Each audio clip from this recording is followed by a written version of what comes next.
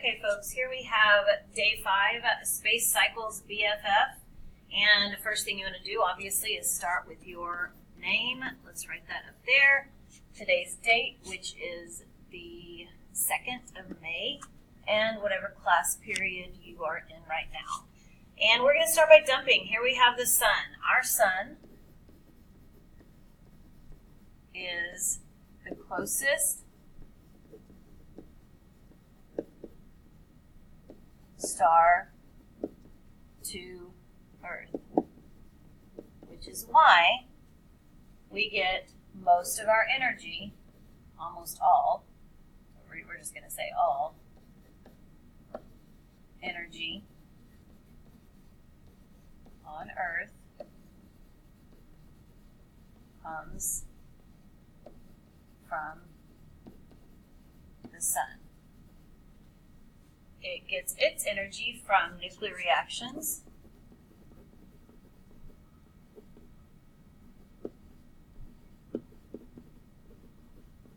that take place between the hydrogen and the helium, which is what makes up most of the sun, or most stars. A few other elements in there as well. Hydrogens fuse together and release a lot of energy. It is a sphere that emits of matter, mostly gas, that emits its own light. And finally over here, it is a main sequence star, which we'll talk more about later, and on the HR diagram, and it is about, roughly, that little symbol means about 5,500 Kelvin, which is another unit to measure temperature, and its luminosity is 1.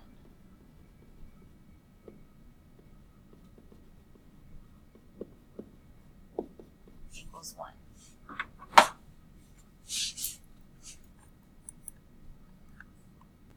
Okay, the sun is a medium-sized star located near the edge of a spiral galaxy.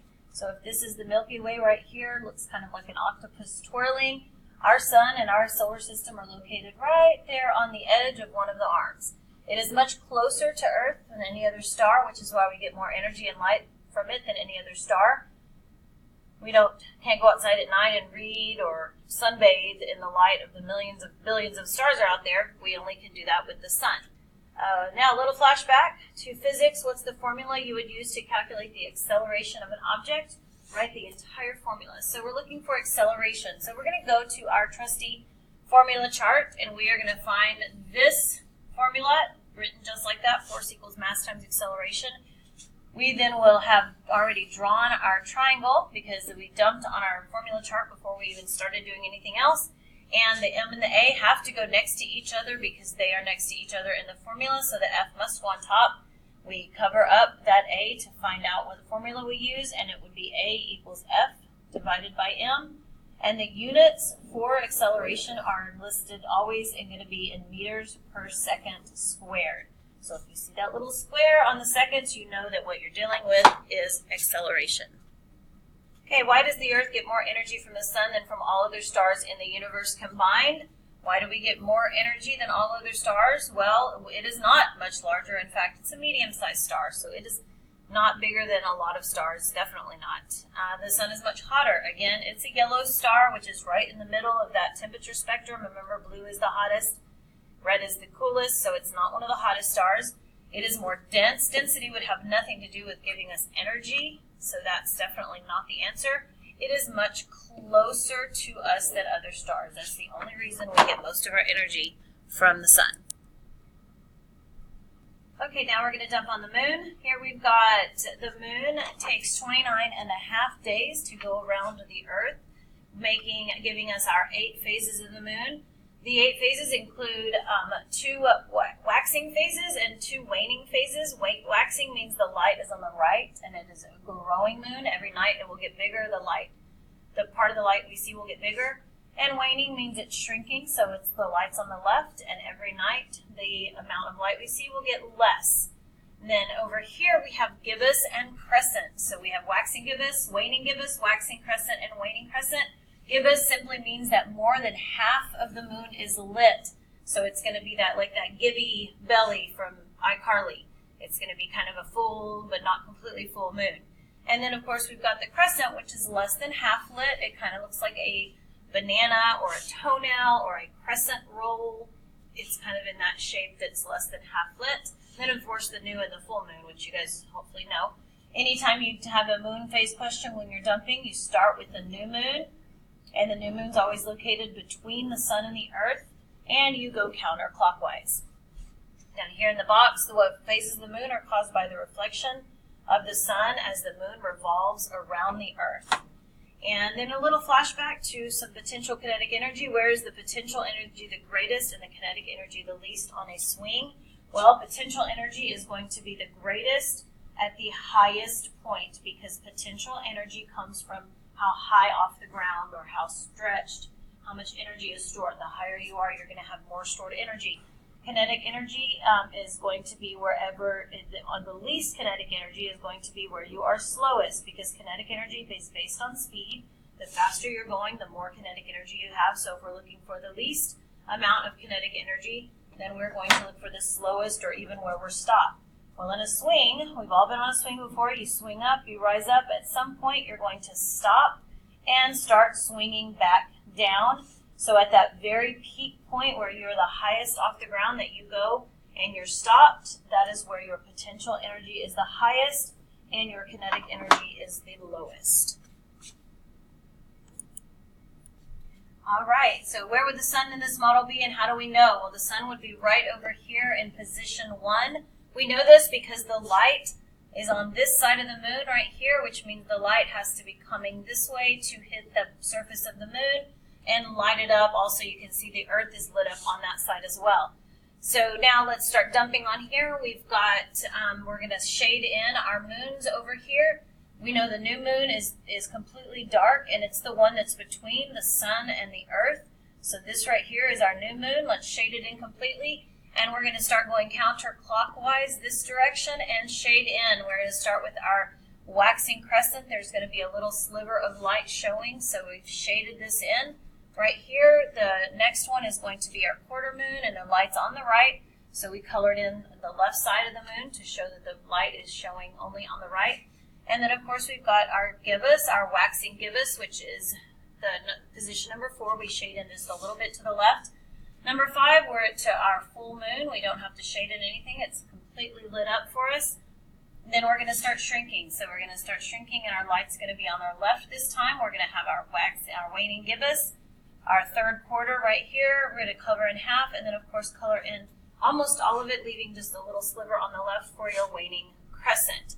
Waxing means growing. The light is on the right. Waning means shrinking. The light is on the left. And then I've done the times in here. Of course, each of the main phases, the full moon, the first quarter, the new moon, the first quarter, the full moon, and the third quarter all last about 1 day each, just a little bit of time.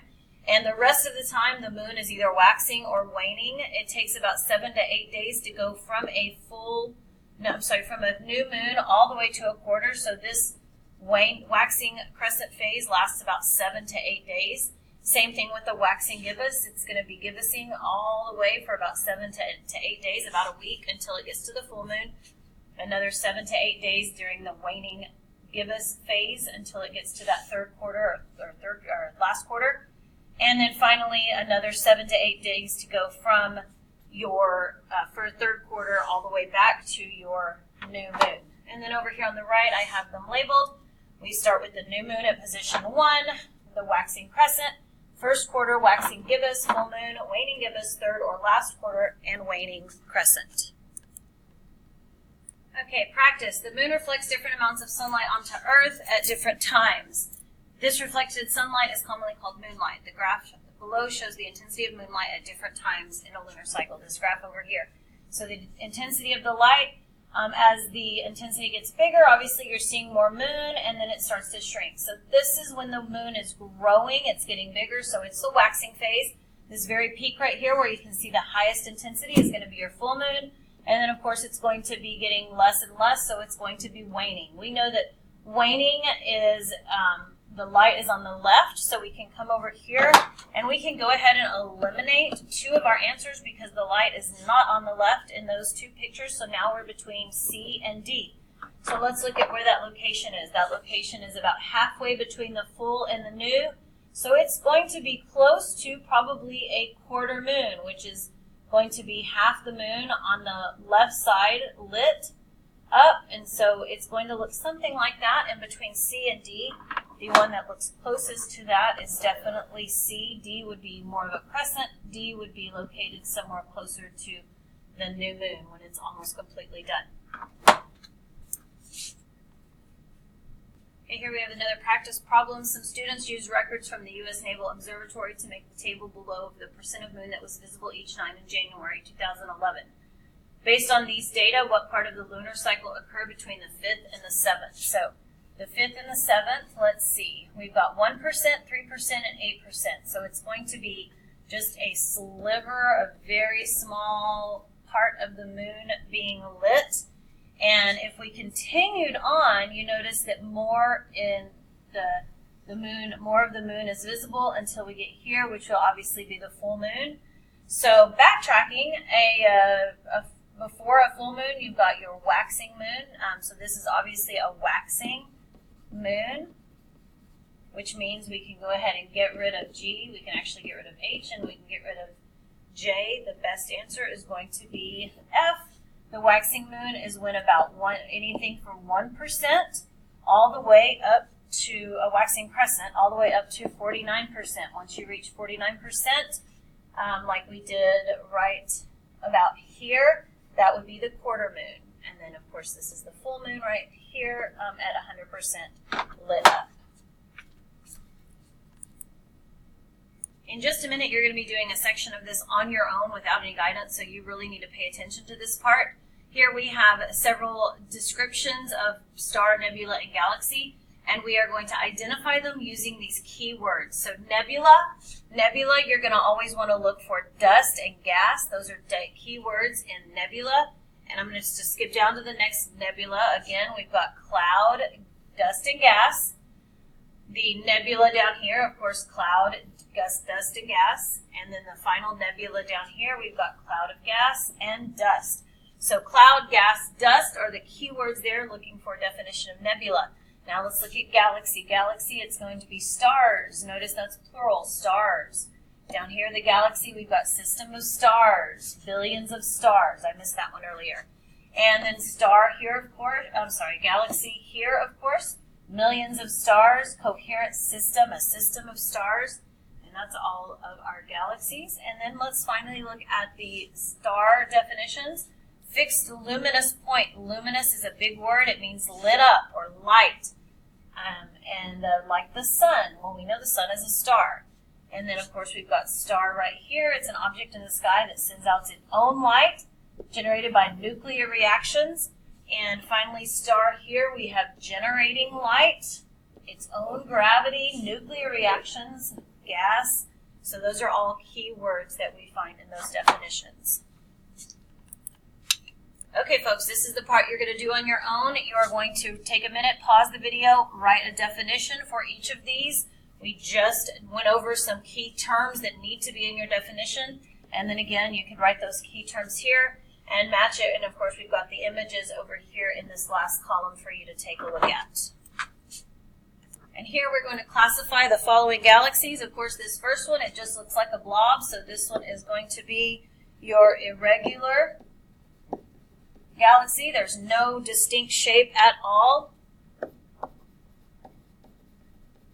The second one, it looks definitely spiral. It's got those arms that kind of twirl like an octopus, like our Milky Way. Our Milky Way is a spiral galaxy. And then, of course, the elliptical, which is egg-shaped. Looks like a football or an egg. Number 4, let's practice. The Milky Way galaxy is described as a disk of stars orbiting a central point, which best explains why people on Earth cannot see it. We cannot see it kind of like when you take a selfie. You cannot see your entire self because we are a part of